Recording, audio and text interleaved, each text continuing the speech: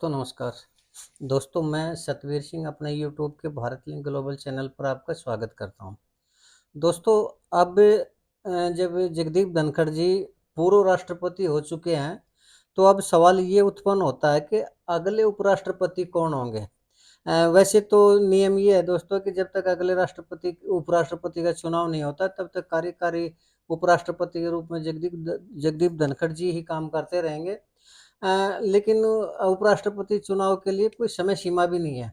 लेकिन जैसा विवाद अब जगदीप धनखड़ जी के मामले में हुआ, उससे मुझे लगता है कि ज़्यादा दूर नहीं है वो टाइम कि जब नए राष्ट्रपति उपराष्ट्रपति देश को मिलेगा। और मेरे हिसाब में जो इलेक्शन कमीशन है उसने अपनी प्रक्रिया शुरू भी कर दी होगी और बहुत ही जल्द चुनाव की तारीख की घोषणा हो जाएगी। जैसे ही घोषणा होगी उसी दिन से पूरी प्रक्रिया शुरू हो जाएगी। पार्टी जो है ना वो अपना-अपना उपराष्ट्रपति पद का उम्मीदवार है वो घोषित कर देंगे। और जहाँ तक घोषणा की सवाल है, मुझे ऐसा लगता है कि शायद मोदी जी बीजेपी की तरफ से किनको उपराष्ट्रपति पद का उम्मीदवार बनाया जाए वो नाम सोच भी चुके हैं। लेकिन दोस्तों अब ये है कि अगर वो सोच चुके हैं तो हम भी थोड़ा-सा आकलन करना चाहेंगे कि उन्होंने सोचा भी होगा तो किन के बारे में सोचा होगा और कौन वो व्यक्ति हो सकता है जो उपराष्ट्रपति पद के लिए उम्मीदवार होगा और उपराष्ट्रपति बनेगा एनडीए की तरफ से, क्योंकि संख्या बल में एनडीए ज़्यादा है और जो दूसरे कांग्रेस और उसके साथी दल हैं, जिसको इंडिया अलायंस बोलते हैं, वो ज़्यादा नहीं है, तो एनडीए का जो उपराष्ट्रपति वो बन जाएगा।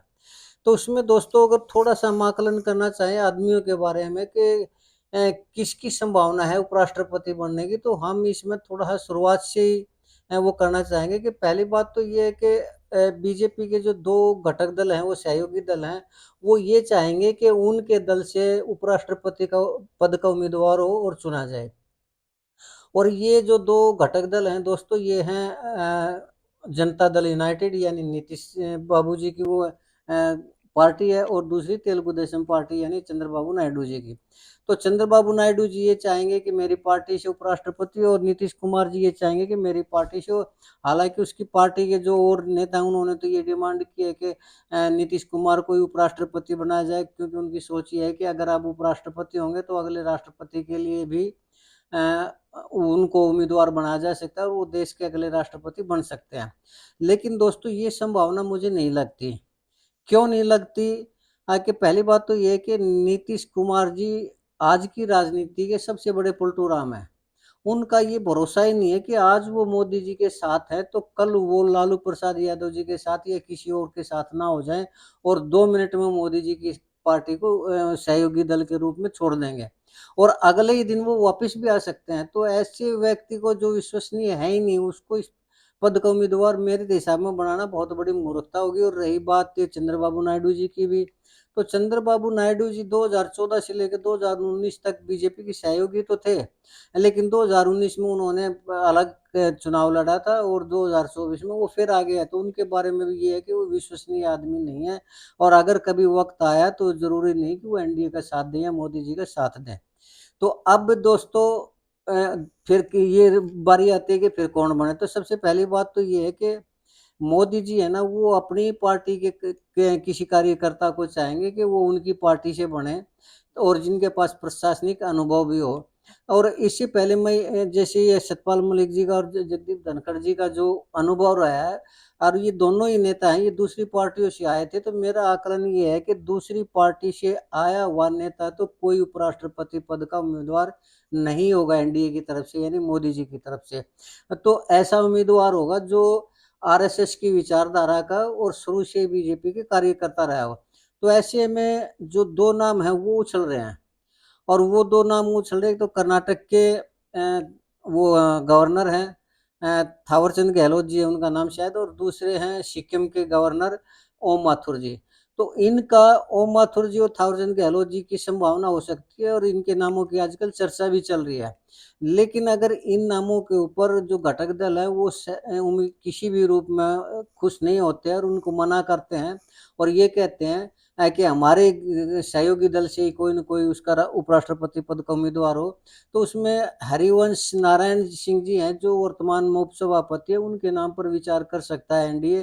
क्योंकि वो दूसरी बार उपसभापति बने हैं, तो उनको उपराष्ट्रपति पद का उम्मीदवार बनाया जा सकता है। लेकिन जहाँ तक मैं सोचता हूँ मोदी जी उनको भी नहीं बनाएँगे और मोदी जी अपनी ही पार्टी के किसी नेता को बनाएंगे, और वो भी ऐसा जो आरएसएस की तो विचारधारा से हो, और बीजेपी का कार्यकर्ता, और मोदी जी के मतलब एक तरह भक्तों में उसकी गिनती है। क्यों मैं ऐसा सोच रहा हूँ, कि ऐसा इसलिए सोच रहा हूँ कि दोस्तों आने वाले टाइम में ये जो 75 साल का रिटायरमेंट का जो मामला चल रहा है, उसमें मोदी जी ये चाहेंगे कि जो मुख्य मुख्य पद है, जैसे राष्ट्रपति का पद है, उपराष्ट्रपति का पद है, या फिर राष्ट्रीय अध्यक्ष का, बीजेपी के राष्ट्रीय अध्यक्ष का पद है, इस तरह के जो महत्वपूर्ण पद है उसमें वो अपने भक्तों को बैठाना चाहेंगे, अपने जो खास विश्वसनीय आदमी है उन्हीं को बैठाना चाहेंगे।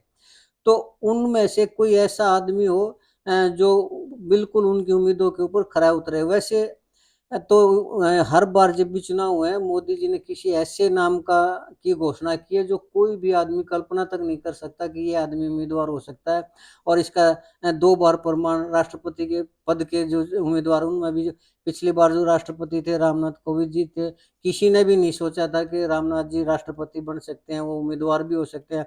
और इसी तरह ये जो द्रौपदी मुर्मू जी हैं, इनके बारे में भी किसी ने नहीं सोचा था कि ये राष्ट्रपति पद की उम्मीदवार होंगी। लेकिन मोदी जी हैं, उनकी सोच वो अलग ही ढंग से है, और वो अपनी उसमें सक्सेस हो जाते हैं। तो ऐसे में लगता है कि हो सकता है कोई ना कोई नया चेहरा आ जाए, जिनके बारे में न मीडिया में अभी तक चर्चा हुई हो, न किसी और में। और ये खासियत हो रहा है कि जो नाम मीडिया में उछलते हैं, मोदी जी उनको बिल्कुल साइड लाइन लगा देते हैं। उनको मतलब उम्मीदवार बनाते ही नहीं, चाहे वो किसी भी पद के लिए हो, चाहे अध्यक्ष पद के लिए हो, उपराष्ट्रपति पद के लिए हो, या और किसी दूसरे महत्वपूर्ण पद के लिए हो। मीडिया में जो नाम आते हैं उनसे मोदी जी परहेज करते हैं, अवॉइड करते हैं। तो फिर ये सवाल उत्पन्न होता है कि फिर ऐसा कौन आदमी हो। तो दोस्तों उसमें मेरे दिमाग में कई नाम आए हैं, और मैं, हालांकि संभावना है, और मेरा ये सिर्फ आकलन है, और आकलन गलत भी हो सकता है, जरूरी नहीं कि आकलन सही हो। लेकिन पता नहीं क्यों 3 नाम मेरे दिमाग में बार बार आ रहे हैं कि इन तीनों में से कोई ना कोई राष्ट्रपति पद का उम्मीदवार हो सकता है। पहला तो जो नाम मेरे माइंड में आ रहा है वो है राजनाथ सिंह का। दूसरा नाम जो आ रहा है वो ये अपने जेपी नड्डा जी हैं, जो अध्यक्ष हुआ करते हैं, उनका। और जो तीसरा नाम मेरे दिमाग में दोस्तों बार बार उछलने लग रहा है, वो है ये अपने मनोहर लाल खट्टर जी। तो इन 3 नामों का पता नहीं क्यों मेरे को ये लग रहा है कि शायद मोदी जी इन 3 नामों में से किसी न किसी नाम को सिलेक्ट करेंगे। उसकी वजह ये है कि ये तीनों ही गुड फेथ में है मोदी जी के में, और ऐसे ही आदमियों की जरूरत पड़ेगी मोदी जी को आने वाले टाइम में। क्यों? क्योंकि जो उनका रिटायरमेंट के लिए लोग दबाव डाल रहे हैं, तो उसके लिए महत्वपूर्ण पदों पर मैं फिर कह रहा हूँ कि मोदी जी को अपने आदमियों की जरूरत पड़ेगी पड़ेगी। और मेरे हिसाब से जो राजनाथ सिंह जी हैं, उनको मैं दोस्तों एक थोड़ा अलग हट के बात करना चाहूंगा कि बीजेपी की राजनीति में 2 ऐसे आदमी हैं जिनकी राजनीति का मैं कायल हुआ हूँ, और वो 2 आदमी हैं। एक तो नितिन गडकरी जी हैं, दूसरे राजनाथ जी। अब आज ये चर्चा का विषय नहीं है, क्योंकि अगर मैं आज इन दोनों की राजनीति के बारे में बताऊंगा तो बहुत लंबा टाइम लग जाएगा। तो उसके लिए इन दोनों की पॉलिटिक्स के बारे में मैं आपको एक अलग से वीडियो बनाऊंगा, आपको भी सुनकर वास्तव में मजा आएगा कि राजनाथ सिंह जी की पॉलिसी। मैं मानता हूं कि राजनाथ जी जो राजनीति कर रहे हैं वो एक मास्टर पॉलिटिक्स है उनकी, और वो ऐसी राजनीति कोई भी नहीं कर सकता। कैसी राजनीति वो फिर कभी, लेकिन खैर आज का विषय हमारा उपराष्ट्रपति पद का है, तो हम इसी के ऊपर चर्चा करेंगे। तो इसमें दोस्तों अगर राजनाथ जी का जहां तक नाम आता है, तो एक तो वो रक्षा मंत्री हैं। तो फिर रक्षा मंत्री किसी और को बनाना पड़ेगा, जबकि रक्षा मंत्री बहुत ही महत्वपूर्ण पद होता है। और अपने विश्वसनीय आदमी को वहां से पद खाली करवा के नेहरू उपराष्ट्रपति पद का वो देना मुझे थोड़ा सा मुश्किल लग रहा है। हालांकि हो सकता है वो अपने किसी और विश्वसनीय आदमी को रक्षा मंत्री बना दे, लेकिन मुझे पता नहीं क्यों लगता है कि शायद मोदी जी इस तरह का वो नहीं करेंगे। अच्छा, दूसरा फिर जो उनके भक्तों में सबसे बड़े भक्तों में गिनती होती है वो है मनोहर लाल खट्टर जी। लेकिन मनोहर लाल खट्टर जी, ये बात सही है कि मोदी जी की वजह से ही उनकी राजनीति है, और वो कभी भी मोदी जी को धोखा देने की सिचुएशन में है ही नहीं। तो फिर ऐसे में क्या मनोहर लाल खट्टर जी जो है वो उपराष्ट्रपति पद के उम्मीदवार हो सकते? तो मुझे इसमें नहीं लगता ऐसा। क्यों नहीं लगता? क्योंकि एक और महत्वपूर्ण पद है, और वो है बीजेपी के राष्ट्रीय अध्यक्ष का। मुझे ऐसा लगता है कि आने वाले टाइम में बीजेपी के जो राष्ट्रीय अध्यक्ष पद के लिए उम्मीदवार होंगे मोदी जी की तरफ से, वो खट्टर साहब हो सकते हैं। और ये एक महत्वपूर्ण पद है, और महत्वपूर्ण पद पे मोदी जी का अपना ही विश्वसनीय आदमी हो तो ये उन्हीं के लिए बेनिफिट है। तो उपराष्ट्रपति पद के लिए भी मुझे नहीं लगता कि जो मोदी जी हैं वो मनोहर लाल खट्टर जी का इसमें नाम आगे कर सकते हैं। अब दोस्तों तीसरा नाम पता नहीं क्यों मेरे दिमाग में बार बार आ रहा है, वो है जेपी नड्डा जी। पहली बात तो ये है कि जेपी नड्डा जी अब तक अध्यक्ष रहे हैं, बीजेपी के राष्ट्रीय अध्यक्ष रहे हैं। अब दूसरा, उनके जितने भी कार्यकाल थे एक्सटेंड करके भी वो सारे खत्म हो चुके हैं, तो अब उनको अध्यक्ष तो बनाया नहीं जाएगा। और मुझे लगता है कि उनको गवर्नर भी नहीं बनाया जाएगा। क्यों? क्योंकि वो मोदी जी के खास दाहिने हाथ हैं, राइट हैंड है बिल्कुल, तो उनको महत्वपूर्ण पद दिया जा सकता है। तो मुझे ऐसा लगता है कि जेपी नड्डा जी इस पद के लिए परफेक्ट उम्मीदवार हैं। क्यों? क्योंकि पहली बात तो ये है कि वो किसी अन्य पद के ऊपर नहीं है, इस वक़्त खाली हैं। दूसरी बात ये है कि ये जो एपिसोड हुआ है जगदीप धनखड़ जी का, उसमें उन्होंने राज्यसभा में भी ये कहा था, जब जगदीप धनखड़ जी ने उसको मल्लिकार्जुन खड़गे जी को लिमिट से ज़्यादा टाइम दिया था, और जब वो कांग्रेस की तरफ उनका ज़्यादा झुकाव हो रहा था, तो उन्होंने राज्यसभा में भी ये कह दिया था कि ये जितनी भी कार्रवाई है, ये सदन के रिकॉर्ड में नहीं होगी। तो मतलब ये है कि उन्होंने जगदीप धनखड़ जी को हटाने में मोदी जी के जो दिशा निर्देश थे उनका पूरी तरह से पालन किया है, तो मुझे लगता है कि उसका उन्हें इनाम भी मिल सकता है।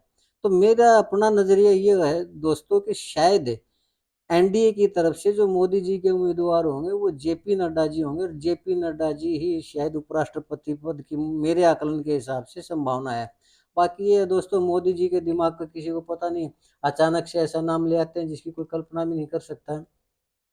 लेकिन आकलन आकलन है, ये ठीक भी हो सकता है, गलत भी हो सकता है। तो मेरा मानना ये है कि शायद जेपी नड्डा जी उपराष्ट्रपति पद के उम्मीदवार हो सकते हैं। बाकी अभी बहुत जल्दी इस चीज़ का निर्णय भी हो जाएगा, क्योंकि तारीख है ना वो बहुत जल्दी घोषित हो जाएंगे, बहुत जल्दी उम्मीदवार भी घोषित हो जाएंगे। तो आने वाले टाइम में देखते हैं कौन उम्मीदवार होते हैं, कौन उपराष्ट्रपति बनते हैं। तो आज के लिए दोस्तों मैं इतना ही कहना चाह रहा था। मुझे उम्मीद है कि आपको मेरा आकलन है ये बिल्कुल पसंद आया होगा, और अगर आपको मेरा ये आकलन पसंद आया तो मैं आपसे गुजारिश करना चाहूँगा कि आप मेरे इसी वीडियो को लाइक करें, शेयर करें और कमेंट ज़रूर करें दोस्तों। और अगर आपको लगता है कि मेरा ये जो आकलन है गलत है, तो भी मैं आपसे निवेदन करना चाहूँगा कि आप कमेंट करके ज़रूर बताएँ, ताकि मैं अपने आप को करेक्ट कर सकूँ। और मैं चलते-चलते इतना ही आपसे एक बार फिर रिक्वेस्ट करना चाहूँगा कि आप मेरे इस चैनल को सब्सक्राइब ज़रूर करें, ताकि मेरा हौसला बढ़ता रहे। दोस्तों, आपने मेरा ये वीडियो देखा इसके लिए आपका बहुत-बहुत धन्यवाद। नमस्कार, जय हिंद, जय भारत।